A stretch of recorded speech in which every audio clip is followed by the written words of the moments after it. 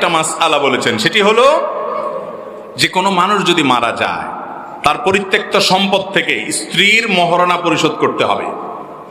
এটা পাওনাদারের পাওনার মতো, এটা পাওনা। অতএব স্ত্রীর মহর পরিশোধ করবো তো ইনশাআল্লাহ। মেয়েদেরকে আমরা কতভাবে ঠকাই দেখেন। মহর পরিশোধের বেলায় খবর নাই, বাপ মা মারা গেছেন, জমি জমাতে মেয়েদের ভাগ আছে, সেখানেও কোনো খবর। ফুসলায়া ফাসলায়া জাল ভিত্তিহীন ফতোয়া দিয়া মেয়েদেরকে আমরা ঠকাই দিই। বলি কি, বলি যে না, এটা তো আসলে বাবার বাড়ির সম্পদ, মেয়েরা নিলে নাকি তাদের নাকি এটা সয় না। এই সমস্ত বানোয়াট কথা বলে তাদের আমরা হক নষ্ট করি। আল্লাহ আমাদেরকে প্রত্যেকের হকের গুরুত্ব বোঝার তৌফিক দান করুন। মা বোনদের তাদের প্রাপ্য বোঝাই দেব তো ইনশাআল্লাহ।